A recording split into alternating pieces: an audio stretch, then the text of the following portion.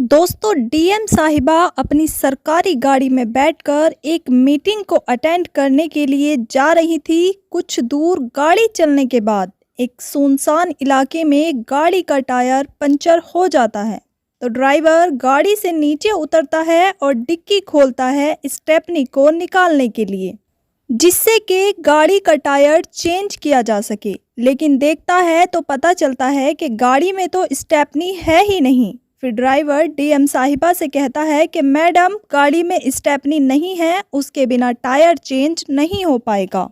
यह सुनकर डीएम साहिबा, जिनका नाम आरोही वर्मा होता है, बहुत ज़्यादा परेशान हो जाती है। उनको जल्दी ही मीटिंग के लिए जाना था। तो आरोही वर्मा जी ड्राइवर से कहती हैं कि तुम ऐसा करो, यह टायर ही खोल कर ले जाओ और तुरंत पंचर लगवा कर ले आओ, नहीं तो मैं मीटिंग के लिए लेट हो जाऊंगी। तो ड्राइवर कहता है कि मैडम, यहाँ इस सुनसान इलाके के आसपास वीरान जगह में कोई टायर पंचर की दुकान ही नहीं है, यहाँ पंचर नहीं जुड़ पाएगा। तो आरोही कहती है तो तुम टायर को लेकर किसी सवारी में बैठकर ही चले जाओ और सवारी से ही वापस आ जाना। मेरे लिए आज की यह मीटिंग बहुत ज़रूरी है, मुझे किसी भी हाल में वहाँ टाइम से पहुँचना है। ड्राइवर कहता है कि मैडम, मेरे पास एक टायर पंचर जोड़ने वाले का फ़ोन नंबर है, जहाँ कहीं भी गाड़ी पंचर होती है तो वह वहीं आकर पंचर को जोड़ देता है। तो आरोही चिंता रूपी भाव से कहती है, तो फिर तुम किस चीज़ का इंतज़ार कर रहे हो? उसे जल्दी से जल्द बुला लो, हमें लेट हो रहा है। अब ड्राइवर उस पंचर जोड़ने वाले को फ़ोन करता है, जिसका नाम सुरेश होता है। सुरेश को उनका ड्राइवर अपनी लोकेशन भेजता है और फिर 10-15 मिनट में ही सुरेश भेजी गई लोकेशन पर आ जाता है। उसने अपनी गाड़ी में ही कंप्रेसर और टायर पंचर जोड़ने का सभी सामान रख रखा था। वह डीएम साहिबा की गाड़ी के पीछे ही अपनी गाड़ी को लगा देता है। क्योंकि पीछे के टायर में ही पंचर था तो वह पीछे बैठकर ही टायर पंचर को जोड़ने लगता है। आरोही गाड़ी के अंदर ही बैठी थी और जैसे ही वह साइड के शीशे में उस पंचर जोड़ने वाले लड़के सुरेश को देखती है तो एकदम से चौंक जाती है, हैरान रह जाती है। अब सुरेश भी गाड़ी के अंदर डिग्गी खोलने के लिए बटन को दबाने के लिए गया तो जैसे ही वह गाड़ी के अंदर जाता है तो आरोही को बैठा देख बौखला जाता है। वह पूरी तरह हड़बड़ा जाता है, लेकिन फिर भी जैक को निकालकर टायर का पंचर जोड़ देता है। अब ड्राइवर पूछता है कि बताइए, आपको कितने रुपए देने हैं? तो सुरेश पैसों को लेने से मना कर देता है और कहता है कि आप बड़े लोग हो, आप लोगों से मैं पैसे नहीं ले सकता। बस आप मैडम से बोल देना कि अगर मुझे कभी कोई सरकारी काम कराने की मदद उनकी पड़ी तो वह मेरी सहायता कर दे। तो आरोही ड्राइवर को एक कार्ड पर अपना फ़ोन नंबर लिखकर सुरेश को देने के लिए कहती है और कहती है, इन्हें जब भी हमारी सहायता चाहिए होगी बस एक बार इस नंबर पर कॉल कर लेंगे। अब सुरेश भी उस कार्ड को अपनी जेब में रखकर अपनी दुकान के लिए चला जाता है और आरोही भी काफ़ी उदास हो गई थी, फिर भी वह मीटिंग अटेंड करने के लिए अपनी गाड़ी से जाने लगती है। तो दोस्तों, आखिर क्या रिश्ता था इनका एक दूसरे के बीच में? एक टायर पंचर जोड़ने वाले को देखकर क्यों एक डीएम साहिबा इतनी परेशान, हैरान रह जाती है? आखिर क्या वजह थी? दोस्तों, बहुत ही इंटरेस्टिंग और दिल को छू जाए ऐसी यह कहानी है। आइए जानते हैं पूरी घटना की सच्चाई इस वीडियो में। लेकिन वीडियो में आगे बढ़ने से पहले बस आप सभी से एक ही रिक्वेस्ट है कि अगर आप हमारे YouTube चैनल पर नए हैं तो चैनल को सब्सक्राइब कर ले, आपकी अति कृपा होगी।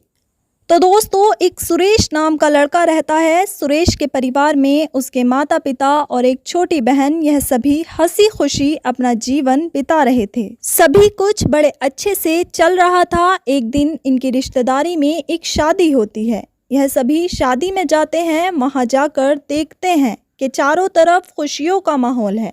सभी रिश्तेदार एक दूसरे के साथ बैठे हुए हैं और बातचीत कर रहे हैं। शादी में जबरदस्त रौनक थी। वहीं शादी में सुरेश भी अपने दोस्तों के साथ घूम रहा था। तभी उसकी नज़र एक बहुत ही खूबसूरत लड़की पर पड़ती है, जिसको देखकर सुरेश पहली ही नज़र में उस पर अपना दिल हार जाता है और उसे पहली ही नज़र में एक तरफा प्यार हो जाता है। दोस्तों उस लड़की का नाम आरोही होता है। आरोही भी जब देखती है कि वह लड़का उसको बार बार देखे ही जा रहा है तो वह सुरेश को थोड़ा थोड़ा पसंद करने लगती है। उसे देखकर मुस्कुरा जाती है। अब यह दोनों बार बार एक दूसरे को ही देखे जा रहे थे। शादी का पूरा माहौल बना हुआ था, सभी अपने में व्यस्त थे, कोई ज्यादा किसी पर ध्यान नहीं दे रहा था। ऐसे में सुरेश को मौका मिलता है तो सुरेश एक प्लेट में थोड़ा सा खाना परोसता है और एक टेबल पर जाकर बैठ जाता है। इतने में ही आरोही भी अपनी प्लेट लेकर उसके बगल वाली कुर्सी पर उसी टेबल पर आकर बैठ जाता। अब दोनों डरते डरते एक दूसरे से हाय हेलो करते हैं और एक दूसरे के नाम वगैरह पूछते हैं और आपस में अपनी अपनी जानकारी एक दूसरे को दे देते हैं। तो उन्हें पता चलता है कि यह दोनों आपस में ही दूर के रिश्तेदार ही हैं। लेकिन रिश्ता कुछ ऐसा था कि अगर यह दोनों चाहें तो शादी भी कर सकते थे, इसलिए शादी होने के चांस पूरे मिल जाते हैं। इसके बाद सुरेश आरोही से उसका फ़ोन नंबर भी ले लेता है। अब शादी समारोह तो ख़त्म हो गया था तो सभी अपने अपने घर को वापस लौट जाते हैं। सुरेश घर पहुंचते ही आरोही को कॉल करता है और यह दोनों रोज़ाना बातचीत करने लगते हैं। बातचीत करते हुए सुरेश को पता चलता है कि आरोही एक बहुत ही अमीर परिवार से बिलोंग करती है। उसके पिताजी बहुत अमीर है जबकि सुरेश एक मिडिल क्लास फैमिली से बिलोंग करता था, लेकिन उनके खाने खर्चे में किसी चीज़ की कोई कमी नहीं आती थी। हंसी खुशी अपना जीवन यापन चला रहे थे। धीरे धीरे दोनों में बहुत गहरी दोस्ती हो जाती है और यह दोस्ती कब प्यार में बदल जाती है दोनों को पता ही नहीं चलता है। दोनों एक दूसरे से बेइंतहा प्यार करने लगते हैं।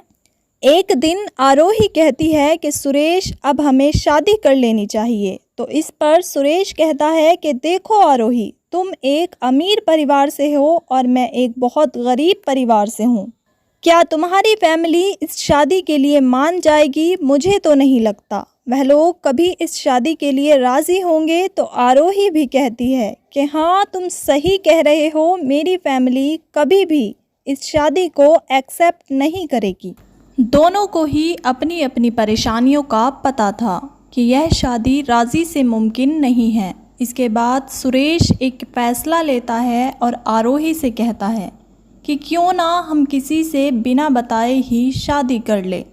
आरोही यह सुनकर पहले तो थोड़ा हिचकिचाती है, क्योंकि किसी भी लड़की के लिए घर से भागकर शादी करना इतना आसान नहीं होता। लेकिन दूसरी तरफ आरोही सुरेश को बहुत ज़्यादा प्यार भी करती थी तो वह मान जाती है। इसके बाद यह चोरी छुपे कोर्ट मैरिज कर लेते हैं, लेकिन प्यार कभी छुपता नहीं है। जब आरोही बार बार घर से जाने लगती है तो उसके घर वालों को शक होने लगता है। वह उसका पीछा करते हैं तो उन्हें सच्चाई का पता चल जाता है, लेकिन तब तक बहुत देर हो चुकी थी। उनका कोर्ट मैरिज सर्टिफिकेट पक्का हो चुका था। अब उसके पिताजी सोचते हैं कि ज़्यादा हंगामा करने से भी हमारी ही बेइज्जती है। अब जब कानूनी तौर पर इनकी शादी हो ही गई है और अभी ज़्यादा किसी को इनकी भनक भी नहीं लगी है, अगर अब हमने इन दोनों को अलग करने की ज़्यादा ज़ोर ज़बरदस्ती की तो बात सभी जगह फैल सकती है। क्यों ना अब इनकी पूरे रीति रिवाज से शादी ही करा दी जाए। हमारी इज्जत भी बनी रहेगी और हमारी बेटी भी खुश रहेगी। इसके बाद दोनों परिवार आपस में बैठकर बातचीत करते हैं। दोनों बच्चों को बुलाया जाता है और शादी की तारीख तय करके पूरे रीति रिवाज से इनकी धूमधाम से शादी हो जाती है। लेकिन दोस्तों, यहाँ आप एक बात कमेंट करके ज़रूर बताना कि अगर आरोही ने अपनी फैमिली से एक बार भी शादी के बारे में बात की होती तो शायद उनकी फैमिली मान भी सकती थी, क्योंकि मेरा मानना है कि सभी माँ बाप के लिए अपने बच्चों की खुशी ज़्यादा महत्व रखती है। तो इस बारे में आपकी क्या है राय, हमें कमेंट बॉक्स में ज़रूर बताएं। अब आगे स्टोरी में क्या होता है, कैसे इनका जीवन एकदम से बदलने वाला है, आइए जानते हैं आगे की स्टोरी में। दोस्तों, पहले इनमें दोस्ती हुई, फिर प्यार हुआ, इसके बाद कोर्ट मैरिज किया और अब अरेंज मैरिज भी कर चुके थे। इनके जैसी किस्मत तो लाखों में सिर्फ एक या दो की ही होती है। खैर यह अब दोनों पति पत्नी हंसी खुशी अपना जीवन बिताने लगते हैं। आरोही पढ़ने लिखने में बहुत इंटरेस्ट रखती थी। वह एक दिन सुरेश से कहती है कि देखिए, मैं अभी और पढ़ना चाहती हूँ और पढ़ लिख कर कोई गवर्नमेंट ऑफिसर बनना चाहती हूँ। मेरा यह बचपन से ही सपना रहा है। सुरेश अपनी पत्नी की बात को टाल भी नहीं पाता, लेकिन कहता है कि अगर तुम अब पढ़ाई लिखाई करोगी तो घर गृहस्थी को कौन देखा करेगा। तो आरोही कहती है कि आप इसकी चिंता मत करो, मैं सब कुछ मैनेज कर लूँगी। इसके बाद वह अपने ससुराल में रहकर ही पढ़ाई को फिर से शुरू कर देती है। सुरेश के घरवाले भी अपनी बहू को ज़्यादा रोक टोक नहीं लगाते थे कि पढ़ाई क्यों कर रही हो। वो भी चाहते थे कि अच्छी बात है, बहू मन लगा कर पढ़े और किसी मुकाम को हासिल कर ले। समय ऐसे ही बीतता गया, लेकिन कुछ ही समय के बाद आरोही को सुरेश के घर में बहुत सी कमियां दिखाई देने लगी। तो वह अपनी माँ से फ़ोन करके इस बारे में बातचीत करती है कि मम्मी जी, यहाँ मेरी ज़रूरत के अनुसार कुछ भी सामान नहीं मिलता है। तो आरोही की माँ उसे समझाने के बजाय उल्टा उसके दिमाग में सुरेश के प्रति जहर घोल देती है। अब आरोही आए दिन सुरेश को ताना मारने लगती है कि तुमसे कमाया नहीं जाता है, घर में कुछ भी सामान ज़रूरत के हिसाब का नहीं है। शादी से पहले तो बहुत बहुत बड़े सपने दिखाते थे मुझे, अब क्या हुआ। तो इन सब छोटी छोटी बातों में सुरेश की माँ भी हिस्सा ले लेती है और आरोही से कहती है कि बेटी, तुम अमीर घर की हो और मेरे बेटे का तुम्हें पहले से ही पता था। हम इतने अमीर लोग नहीं हैं, मेरे बेटे ने तुमसे ज़बरदस्ती शादी नहीं की थी, तुम खुद ही अपनी मर्ज़ी से उसके साथ यहाँ आई थी। हमसे जितना होता है तुम्हारे लिए करते हैं, धीरे धीरे हालात सुधरते जाएंगे। लेकिन बेटी, अब तुम दोनों की शादी हो गई है, तुम अब अगर ऐसे घर में आई हो तो मेरे बेटे में कमियां निकालो तो ऐसे नहीं चलेगा। तुम्हें पहले ही सब कुछ देखना था। समय ऐसे ही बीतता जा रहा था। करीब 1 साल इनकी शादी को पूरा हो जाता है, लेकिन आरोही का सब्र अब टूटने लगता है पैसों की तंगी को लेकर, क्योंकि आरोही को अब अपना सपना भी पूरा होता नजर नहीं आ रहा था। एक दिन सिर्फ जरा सी बात को लेकर दोनों के बीच झगड़ा इतना ज्यादा बढ़ जाता है कि आरोही अपने मायके आ जाती है और कोर्ट में केस दर्ज करके तलाक के लिए फाइल जमा कर देती है। कुछ ही दिन बाद दोनों का तलाक भी हो जाता है। आरोही अपने माँ बाप के साथ रहने लगती है। पढ़ाई तो उसकी चल ही रही थी और 2 साल खूब मेहनत से पढ़ाई करके वह एक जिला मजिस्ट्रेट यानी कि एक डीएम बन जाती है। उधर सुरेश अपनी पत्नी के छोड़कर चले जाने के बाद पूरी तरह से टूट चुका था। 1 साल के बाद अचानक माँ की तबीयत भी ख़राब हो जाती है। जो कुछ पैसा था सभी उनके इलाज में लगा दिया जाता है, लेकिन फिर भी कुछ हासिल नहीं होता। माँ की मौत हो जाती है। माँ की मौत से सुरेश और भी ज़्यादा सदमे में आ जाता है। ना काम पर जाता ना कहीं, बस घर पर ही रहता। अब खाने खर्चे का गुजारा भी करना 2 भर हो गया था। तो वह खुद को संभालता है और किसी काम की तलाश में निकलता है। उसका एक दोस्त होता है जो कि टायर पंचर जोड़ने का काम करता था। उसके पास जाता है, अपनी सारी कहानी उसे सुनाता है और कहता है कि यार भाई, कोई काम वगैरह मुझे भी बताओ, जिसे करने के बाद अपनी बहन और अपने बाबूजी का पालन पोषण कर सकूं। बहुत परेशानी में हूं मैं इन दिनों। तो उसका दोस्त बेझिझक उसे मशवरा देते हुए कहता है कि सुरेश भाई, आप भी टायर पंचर की दुकान खोल लो। इसमें ज़्यादा पैसा भी लगाना नहीं पड़ता, बहुत कम पैसों से काम शुरू हो जाता है और सिर्फ मेहनत करके अपनी मजदूरी आराम से निकाल लोगे। तो सुरेश भी सोचता है कि चलो ठीक है, फ़िलहाल यही काम कर लेते हैं। लेकिन वह इस काम को थोड़ा अलग लेवल से करने की सोचता है। वैसे तो सुरेश बहुत बुद्धिमान था, तो वो इस काम को करने का एक नया तरीका अपनाता है और एक गाड़ी में अपना पंचर जोड़ने का सभी सामान को रखकर गाड़ी के पीछे अपना फ़ोन नंबर लिखवा देता है और कई जगह दीवारों पर भी नोट डालकर लिख देता है कि जिस किसी को भी कहीं भी अपनी गाड़ी के पंचर को जुड़वाना है तो हमें कॉल करें, हम उसी लोकेशन पर पहुंचकर तसल्ली बख्श आपका काम करेंगे। अब यहाँ कहीं भी गाड़ी, कार या मोटरसाइकिल वाले उसे पंचर जुड़वाने के लिए कॉल करते तो वह वहीं जाकर उनके टायर पंचर को जोड़ देता था और उनसे वहाँ तक आने के पैसे, टायर पंचर जोड़ने के सभी पैसों को मिला लेता था। जिससे उसका काम बहुत जल्दी बढ़ा और कमाई भी अच्छी हुई। सुरेश एक पढ़ा लिखा लड़का था। वह अपने दिमाग का सही इस्तेमाल करता है और कुछ इस तरह से अपने काम को बहुत जल्दी बढ़ा लेता है। तभी एक दिन उसे एक आदमी कॉल करके अपनी लोकेशन भेजता है। जो लोकेशन सुरेश से सिर्फ 30 मिनट की दूरी पर थी, तो वह पंचर जोड़ने के लिए पहुंच जाता है। वहां जाकर देखता है कि यह तो एक जिला कलेक्टर की गाड़ी है। फिर वह टायर को देखता है और डिग्गी खोलने के लिए जैसे ही गाड़ी के अंदर बटन दबाने के लिए घुसता है, तो देखता है कि गाड़ी के अंदर आरोही बैठी हुई है। आरोही को देखकर उसका दिल ज़ोर ज़ोर से धड़कने लगता है। उसकी हार्ट बीट बढ़ जाती है। फिर वह अपने आप को संभालते हुए डिग्गी में से जैक निकालकर टायर पंचर जोड़ देता है। अब ड्राइवर सुरेश से पैसों को पूछता है, तो सुरेश पैसे लेने से मना कर देता है। बोलता है कि मैडम से पैसे नहीं ले सकता, वह एक ज़िला कलेक्टर है।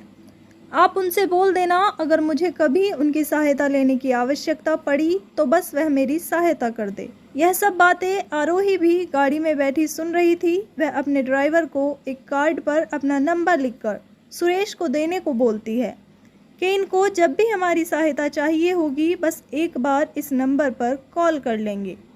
अब सुरेश उस कार्ड को लेकर चला जाता है और आरोही भी अपनी मीटिंग अटेंड करने के लिए चली जाती है। शाम को सुरेश घर पहुंचता है और सोने से पहले उस कार्ड को खोल कर देखता है, जो कि फोल्ड करके बंद किया हुआ था। खोलता है तो उसमें से 2000 रुपये निकलते हैं और एक फ़ोन नंबर भी लिखा रहता है। इसके बाद सुरेश सोचता है कि क्यों ना एक बार कॉल करके बात ही कर ली जाए, जब नंबर मिला ही है। तो वह रात में ही कॉल लगा देता है। आरोही पहली ही घंटी पर कॉल उठा लेती है, मानो वह कब से बैठे इंतज़ार ही कर रही थी कि कब कॉल आएगी और मैं उठा लूँगी।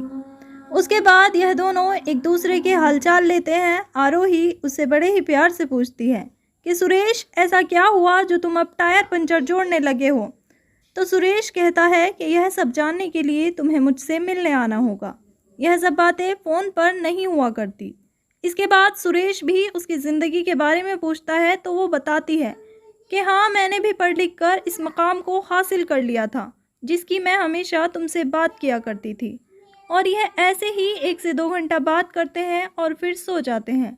अगले दिन आरोही सुरेश को कॉल करती है और बोलती है कि तुम मुझसे मिलने के लिए कह रहे थे, मुझे तुम्हारी ज़िंदगी के बारे में जानना है, बताओ कहाँ मिलने के लिए आऊँ? तो सुरेश कहता है कि तुम मेरे घर पर ही आ जाओ। तो आरोही कहती है कि मैं अब एक ज़िला मजिस्ट्रेट हूँ, ऐसे घर पर नहीं आ सकती। अगर मैं आ गई तो लोग तरह तरह के इल्ज़ाम मुझ पर लगाएंगे। मैं यह सब और बर्दाश्त नहीं कर सकती। फिर वह कहती है कि तुम ऐसा करो, मुझे मार्केट में मिलने आओ, मैं अपना भेष बदल कर आ जाऊंगी। तुम मुझे अपने साथ कहीं ले चलना, फिर हम वहीं बैठकर बातचीत कर लेंगे। सुरेश कहता है कि ठीक है। इसके बाद सुरेश बताई गई जगह पर बाइक लेकर खड़ा हो जाता है। कुछ देर के बाद आरोही आती है और बाइक पर बैठ जाती है। यह दोनों एक पार्क में जाते हैं और अकेले में जाकर बैठ जाते हैं। अब आरोही पूछती है कि अब तो बता दो कि तुम्हारे साथ यह सब क्या हुआ जो तुम टायर पंचर जोड़ने का काम कर रहे हो। तो सुरेश बताता है कि तुम्हारे छोड़कर चले जाने के बाद माँ की तबीयत खराब हो गई, उनके इलाज में सभी पैसा खर्च हो गया, फिर भी वह बच ना पाई। मैं खुद को संभाल नहीं पाया, घर की आर्थिक स्थिति बिगड़ती चली गई। फिर मैंने हिम्मत से काम लिया और अपने एक दोस्त की मदद से यह काम स्टार्ट किया और आज ठीक ठाक पैसे कमाकर अपनी बहन और बाबूजी का पालन पोषण कर रहा हूँ। तभी सुरेश आरोही को गौर से देखते हुए कहता है कि क्या तुमने दूसरी शादी कर ली है? तो आरोही कहती है नहीं। तो सुरेश पूछता है तो फिर यह मांग में सिंदूर कैसा है? तो आरोही कहती है कि यह तुम्हारे ही नाम का है। हमारे बीच भले ही तलाक हो गया था, लेकिन मैं हमेशा से ही तुम्हें अपना पति मानती हूँ। यह बात सुनकर सुरेश भी भावुक हो जाता है। फिर वह कहता है तो फिर तुमने मेरे साथ यह सब क्यों किया था? उसके बाद आरोही की आंखों में भी आंसू आ जाते हैं। वह रोते हुए कहती है कि कुछ मैं तुम्हारी आर्थिक स्थिति से भी परेशान थी, तो कुछ मेरी मम्मी जी ने भी मुझे भड़का दिया था। मैंने बचपन से ही ऐशो आराम की ज़िंदगी बिताई थी, मुझसे यह सब ज़्यादा दिन नहीं झेला गया। मुझे माफ़ कर दो सुरेश, मुझसे बहुत बड़ी गलती हो गई थी। तो सुरेश भी कहता है कि बड़ी अच्छी बात है, तुम अब एक ज़िला कलेक्टर बन चुकी हो, अब तुम्हारा और मेरा कोई मेल नहीं है। मैं एक टायर पंचर जोड़ने वाला हूँ, तुम ज़िला मजिस्ट्रेट हो। तो हमारे रास्ते बिल्कुल अलग है, अब तुम मेरे नाम का सिंदूर भरना बंद कर दो। यह बात सुनकर आरोही और भी ज़्यादा उदास हो जाती है। उसे लगने लगता है कि शायद सुरेश दूसरी शादी कर चुका है, तो वह रह नहीं पाती और सुरेश से पूछ ही लेती है कि क्या तुमने दूसरी शादी कर ली है। तो सुरेश कहता है कि नहीं, ऐसा कुछ भी नहीं है। हाँ, पिताजी ने कई बार कहा था कि बेटा शादी कर ले, ज़िंदगी अभी बहुत लंबी है, ऐसे कब तक रहेगा। लेकिन मैंने कभी दूसरी शादी करने का मन ही नहीं किया, क्योंकि प्यार और शादी ज़िंदगी में सिर्फ एक ही बार अच्छा लगता है और यह दोनों काम एक ही बार होते हैं। यह बात सुनकर आरोही के चेहरे पर हल्की सी मुस्कान आ जाती है। उसे सुरेश के दिल में अपने लिए मोहब्बत दिखाई दे जाती है। फिर वह सुरेश से कहती है कि अब यहाँ से चलो, मुझे ज़रा मंदिर जाना है। फिर यह दोनों मंदिर आते हैं और वहाँ आरोही काली माँ के सामने सुरेश का हाथ थाम लेती है और उसके गले से लिपटकर रोने लगती है और कहती है कि सुरेश, मुझे फिर से अपना लो, मैं अब और तुम्हारे बिना नहीं रह पाऊँगी। मैंने सब कुछ हासिल कर लिया, लेकिन तुम्हारे प्रेम के बिना मैं अधूरी हूँ। इसके बाद सुरेश भी अपनी भावनाओं को और दबा नहीं पाता।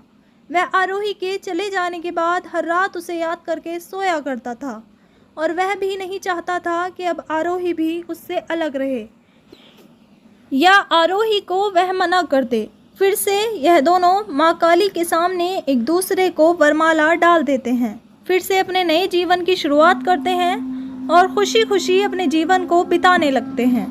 इसके बाद आरोही सुरेश को अपना पर्सनल ड्राइवर रखती है और सुरेश हमेशा आरोही के साथ हर जगह आया जाया करता है। दोनों साथ मिलकर जीवन यापन करने लगते हैं।